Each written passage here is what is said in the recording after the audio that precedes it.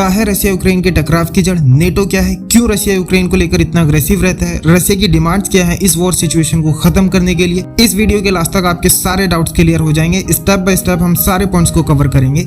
Video को पूरा देखिए। वीडियो के लास्ट में एक सजेशन है आपके लिए, आप उसे जरूर देखें। देखिए, रशिया यूक्रेन इन दोनों के बीच की टेंशन को समझने के लिए आपको पहले ये समझना होगा नेटो क्या है। नेटो नॉर्थ अमेरिकन कंट्रीज और यूरोपियन कंट्रीज की एक ऑर्गेनाइजेशन है, नॉर्थ अटलांटिक ट्रीटी ऑर्गेनाइजेशन, जो 1949 में सेकेंड वर्ल्ड वॉर के बाद बनी थी। नेटो का मकसद है यूरोप में पीस को बनाए रखना और इसके मेंबर कंट्रीज में एक दूसरे को कोऑपरेट करना, मतलब एक दूसरे की हेल्प करना और उनकी फ्रीडम की हिफाजत करना। 1949 में सेकेंड वर्ल्ड वॉर के बाद सोवियत यूनियन के थ्रेट की वजह से ये ऑर्गेनाइजेशन बना था। नेटो की सबसे खास बात है आइडिया ऑफ कलेक्टिव डिफेंस। इसका मतलब है अगर नेटो के किसी एक मेंबर कंट्री पर अटैक हुआ तो वो अटैक नेटो के सभी मेंबर कंट्रीज पर माना जाएगा और सभी मेंबर कंट्रीज उसमें पार्टिसिपेट करेंगी और प्रोटेक्ट करेंगी। अब बात करते हैं रशिया को नेटो से क्या प्रॉब्लम है। 1949 में जब नेटो बना था तब सिर्फ 12 कंट्रीज इसकी मेंबर थी। आज नेटो में 30 कंट्रीज हैं, जो ईस्टर्न यूरोप की तरफ बढ़ते बढ़ते रशिया के बॉर्डर तक पहुंच गया है। ऐसी कंट्रीज जिन पर कभी रशिया का इन्फ्लुएंस हुआ करता था, जैसे बाल्टिक रीजन में लिथुआनिया, लातविया, एस्टोनिया, इन कंट्रीज ने भी नेटो को ज्वाइन कर लिया। रशिया इस बात से बहुत परेशान हुआ, नाराज हुआ। देखिए, यहाँ मैं आपको बता दूं कि यूक्रेन अभी नेटो का मेंबर नहीं है। रशिया और नेटो कंट्रीज के बीच में यूक्रेन है। अब 2007-8 से ये बात बार बार सामने आती रही है कि यूक्रेन भी नेटो का मेंबर बनेगा। इससे रशिया को क्या प्रॉब्लम है? अगर वो मेंबर बनना चाहता है तो मेंबर बने। तो देखिए, अगर यूक्रेन भी नेटो का मेंबर बन गया तो नेटो अपनी मिसाइल्स, ट्रूप्स यूक्रेन में डिप्लॉय कर सकता है, जो रशिया के लिए एक बहुत बड़ा थ्रेट बन जाएगा।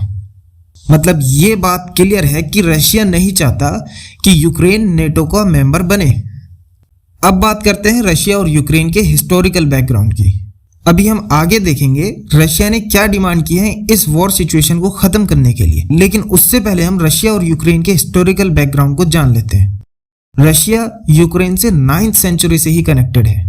9th सेंचुरी में रशिया का एंशिएंट नेम रश हुआ करता था। उस वक्त रश स्टेट की कैपिटल कीव हुआ करती थी, जो आज यूक्रेन की कैपिटल है। इसलिए रशिया को उस टाइम कीवान रश भी कहा जाता था।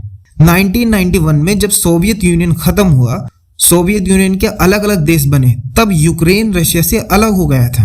मतलब रशिया काफी ज्यादा इमोशनली कनेक्टेड है यूक्रेन से। आज भी यूक्रेन में बहुत से ऐसे लोग हैं जो रशिया को सपोर्ट करते हैं, जो चाहते हैं रशिया यूक्रेन फिर से एक हो जाए। रशिया और यूक्रेन का हिस्टोरिकल बैकग्राउंड और नेटो को समझने के बाद अब बात करते हैं प्रेजेंट कंडीशन की, war situation and Russian demands की। रशिया यूक्रेन के बॉर्डर पर काफी ज्यादा मिलिट्री बिल्डअप कर रहा है। देखिए, इसको लेकर इंडियन गवर्नमेंट ने इंडियन सिटीजन्स के लिए कुछ गाइडलाइंस जारी की थी। आप वो शॉर्ट वीडियो आई बटन पर जाकर देख सकते हैं।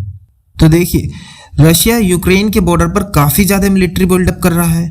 रशियन मिलिट्री की ये सैटेलाइट इमेजेस वायरल हो रही हैं इस मिलिट्री बिल्डअप की। रशिया ने रिसेंटली ये भी कहा है, हम जो बाइडेन से बात करके वॉर सिचुएशन को खत्म करने के लिए तैयार हैं, लेकिन हमारी कुछ डिमांड्स हैं। देखिए, यूएस शुरू से ही नेटो का मेंबर है। रशिया ने ये वॉर सिचुएशन क्रिएट की है यूक्रेन और नेटो पर प्रेशर बनाने के लिए, ताकि रशिया नेटो से अपनी डिमांड्स पूरी करा सके और यूक्रेन नेटो को ज्वाइन ना करे। अब क्वेश्चन ये उठता है, रशिया की ये डिमांड्स हैं क्या जिनके लिए रशिया ने यूक्रेन, नेटो कंट्रीज, इवन पूरे वर्ल्ड पर वॉर का प्रेशर बना रखा है? तो देखिए, रशिया की पहली और मेन डिमांड है कि नेटो कभी भी यूक्रेन को नेटो मेंबर नहीं बनाएगा। दूसरी डिमांड ये है, नेटो ईस्टर्न यूरोप में अपनी मिलिट्री एक्टिविटीज को रोक दे और अपनी ट्रूप्स को पोलैंड एंड बाल्टिक रीजन मतलब एस्टोनिया, लातविया, लिथुआनिया, इस रीजन से अपने ट्रूप्स को हटाए। और भी कई डिमांड्स हैं रशिया की। यूएस अपनी न्यूक्लियर आर्म्स को यूरोप से हटाए। U S Estonia, Lithuania, Latvia, Poland, Slovakia, इन सब कंट्रीज को आर्म्स सप्लाई करना बंद करे। ये है रशिया की डिमांड्स। अब इस इश्यू को लेकर नेटो की मीटिंग्स चल रही हैं। अभी की ब्रेकिंग न्यूज ये है, ये देखिए, टाइम्स ऑफ इंडिया का आर्टिकल है ये। यूक्रेन ने कहा है कि यूक्रेन के 2 सोल्जर्स रशियन सेपरेटिस्ट के एक अटैक में मारे गए हैं। रशियन सेपरेटिस्ट वो लोग हैं जो रहते यूक्रेन में हैं लेकिन रसिया को सपोर्ट करते हैं। जैसे कि मैंने अभी बताया था, ये वही लोग हैं जो चाहते हैं रशिया यूक्रेन फिर से एक हो जाए, या यूं कहिए कि जो चाहते हैं यूक्रेन पर रशिया का कब्जा हो जाए, रशिया यूक्रेन को ऑक्यूपाई कर ले। टाइम्स ऑफ इंडिया का एक और आर्टिकल है ये। अमेरिका के प्रेसिडेंट जो बाइडेन का कहना है कि रशियन प्रेसिडेंट पुतिन ने ये डिसाइड कर लिया है कि वो यूक्रेन में घुसेंगे, उस पर अटैक करेंगे और वो यूक्रेन की कैपिटल कीव को टारगेट करेंगे। ये इंडिया टुडे का आर्टिकल है। Airfields near Ukraine border crawling with the Russian jets, drones and missiles. Internet पर इस तरह की सैटेलाइट इमेजेस काफी आ रही हैं, तो हालात ठीक है नहीं, वॉर कभी भी हो सकता है। इंडिया ने और बाकी बहुत सी कंट्रीज ने अपने सिटीजन से टेम्परेरी बेस पर यूक्रेन को छोड़ने के लिए कह दिया है।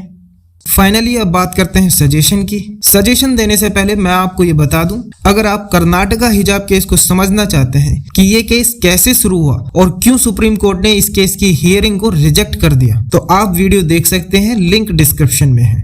अब आपके लिए 2 सजेशन है, सजेशन नहीं, सजेशन कम रिक्वेस्ट है।